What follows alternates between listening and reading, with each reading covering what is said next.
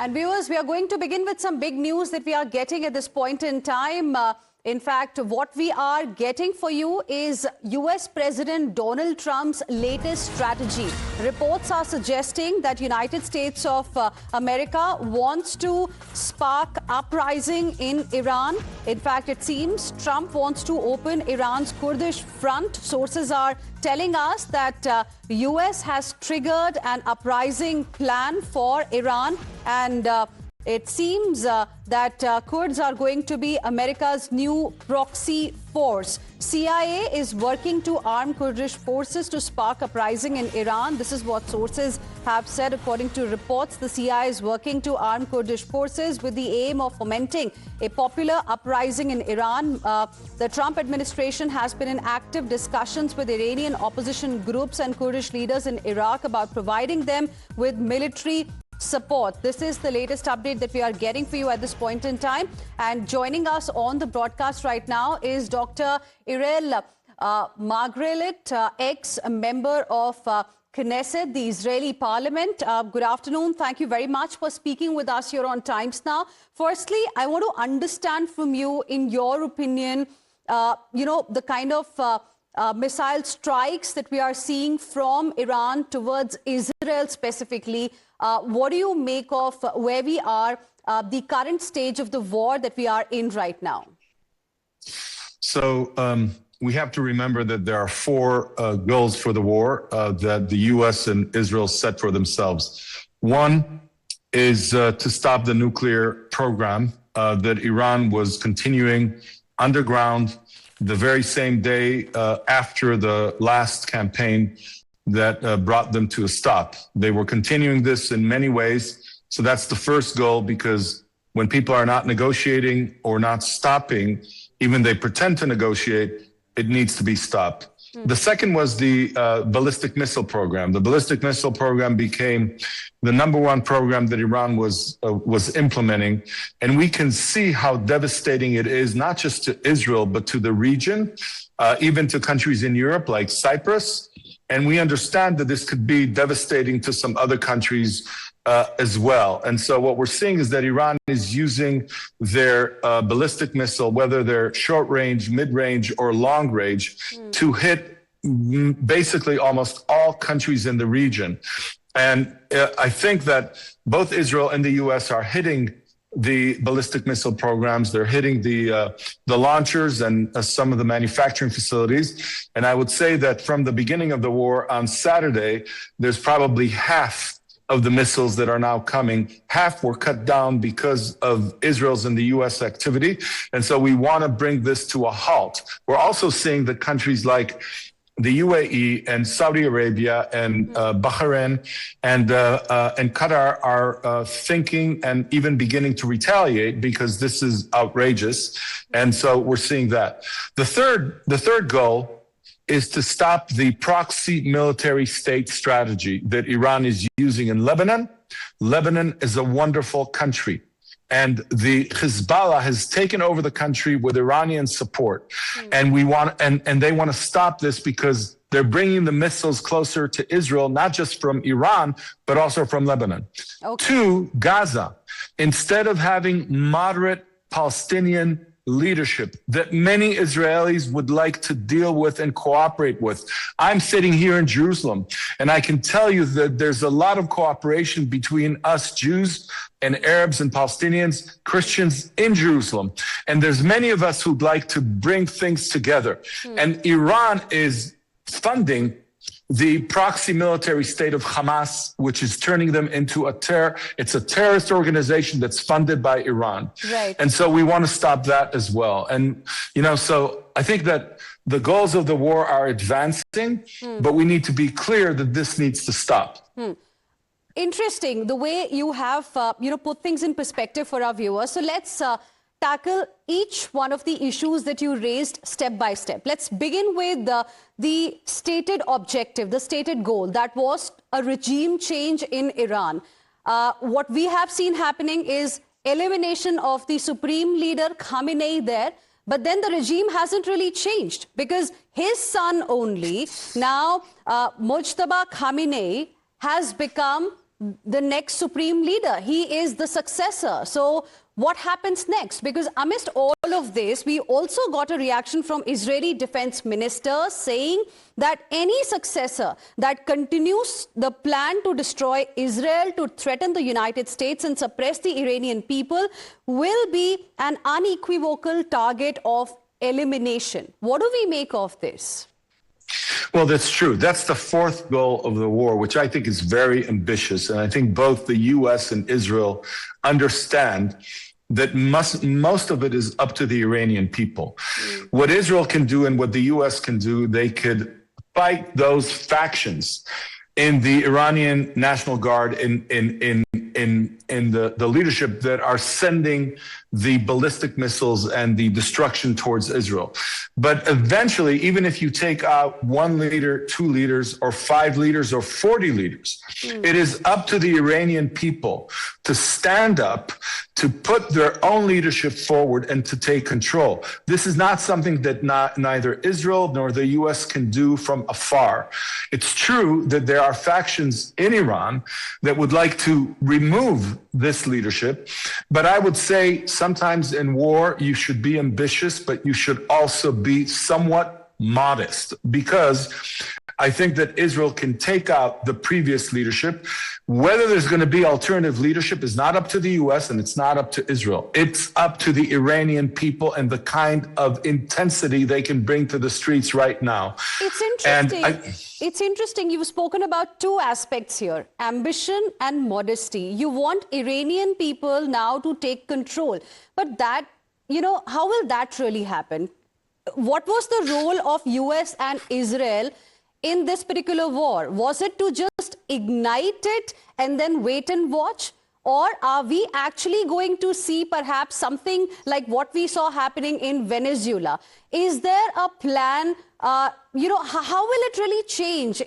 How will the war really stop is my direct question. Because if you are saying that now it is up to Iranians to take control and ensure the regime changes, which does not seem to be happening right now, so what is the plan B? What next? Because there are conflicting statements coming in from US President Donald Trump. I mean, the world is really worried about what's happening.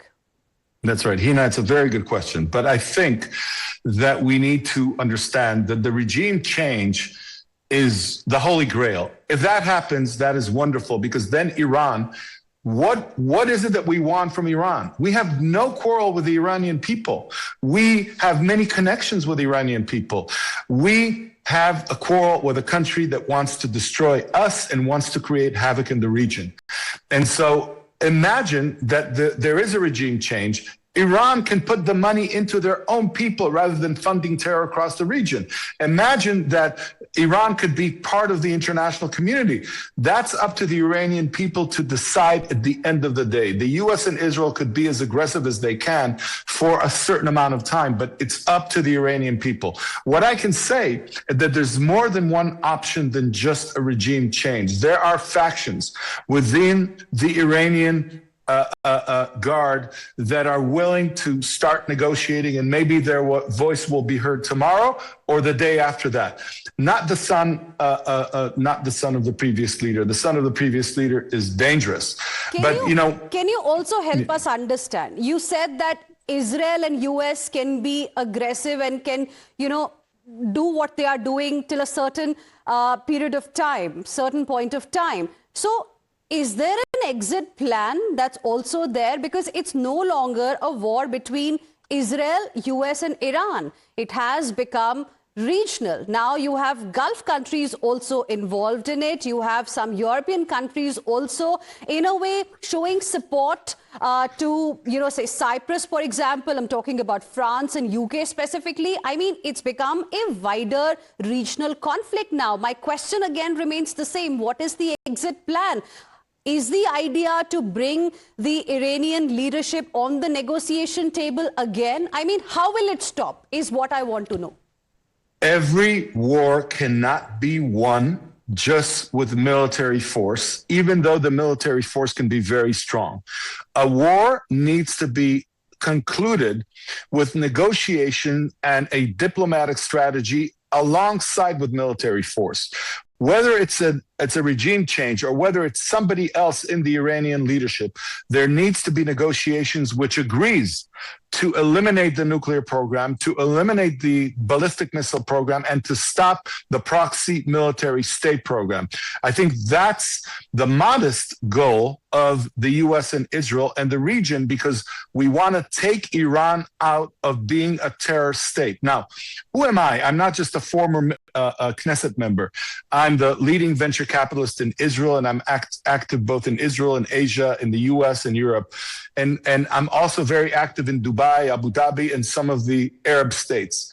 What am I looking for after the war? We have many dealings with the UAE, with Saudi Arabia, with Bahrain on cybersecurity. We have dealings on AI and vertical AI. And what we're looking for in 2 weeks and 3 weeks is getting back the region, not just to cooperate on a security level, but to cooperate on an economic level. And who you from India that's so active in the region with Dubai, and we meet so many Indian business leaders in Dubai and Abu Dhabi, you know that region could be a business center that connects people, not just a place which deals with security. That's our goal. The younger generation in Israel looks forward beyond the war to the next chapter of the region. And the next chapter of the region, when Iran is not an aggressive state, is a region which cooperates between Israel, Saudi Arabia, the UAE, Bahrain,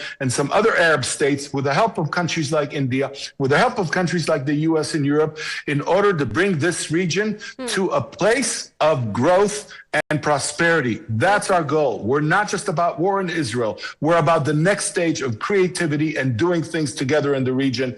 And that is what we're focused on beyond the next 2 or 3 weeks when the war will come to a conclusion.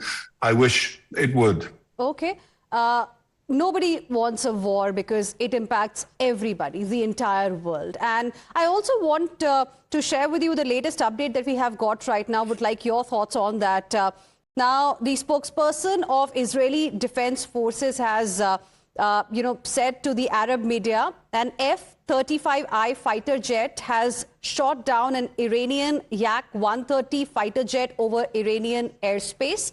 And this marks the first takedown operation of a fighter jet by an F-35 fighter jet. What do you make of it, where we are headed right now?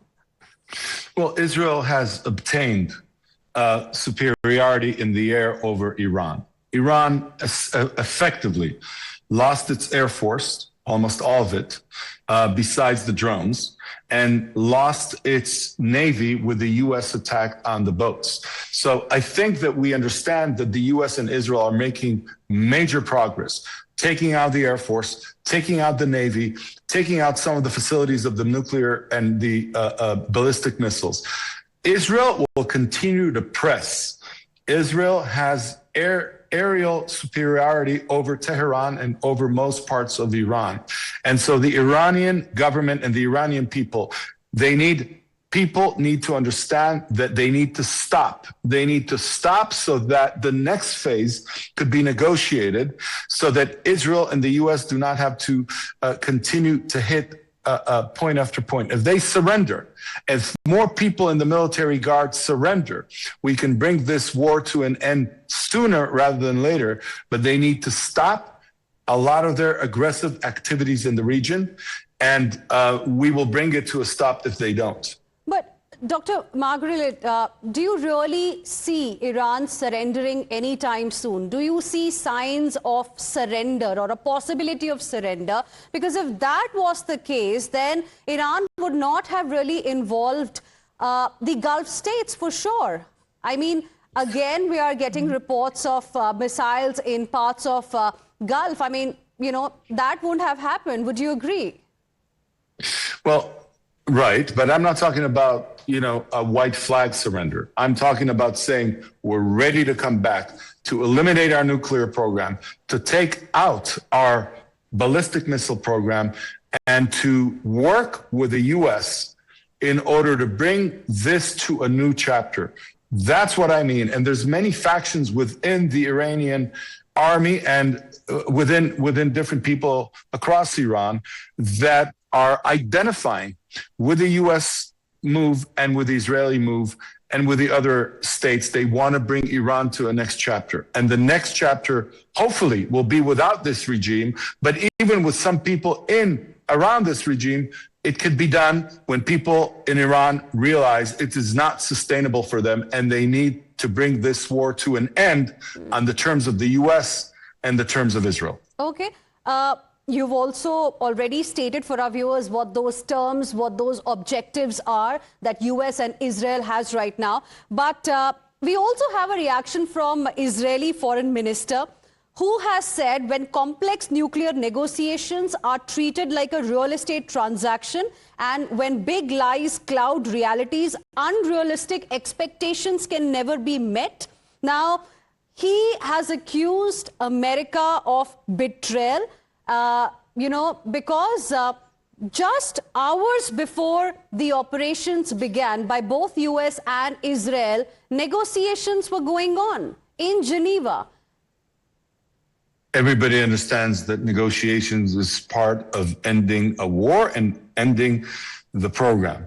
Negotiations could be the leadership of Iran, whatever it is, a new leadership, I hope, but even people in the existing leadership need to agree to take out the nuclear program. There's deeds, not talk.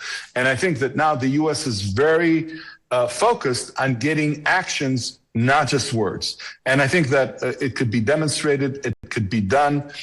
And I think that we need to understand that alongside the military campaign, there needs to be a strive in order to bring this to an end in more than one way. We need to understand that we work with force and we work with our head.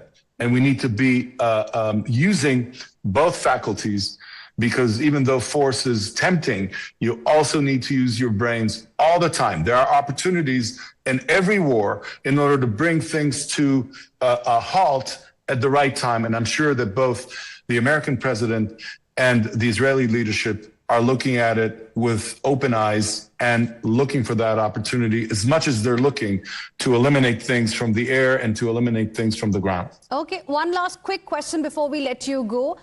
Do you see Russia and China also joining this war anytime soon?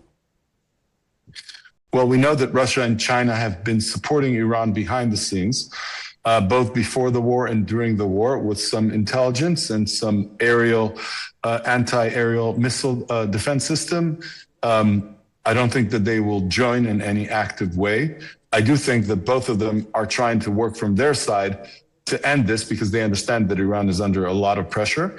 And I think that the US is leading the way right now. Europe is supportive. The other Arab countries are involved. And so it needs to be brought to an end on US terms. All right, we leave it there. Thank you very much, Dr. Margalit. It was wonderful speaking with you. Thank you for helping us understand your perspective on what really is happening. Thank you for joining us today.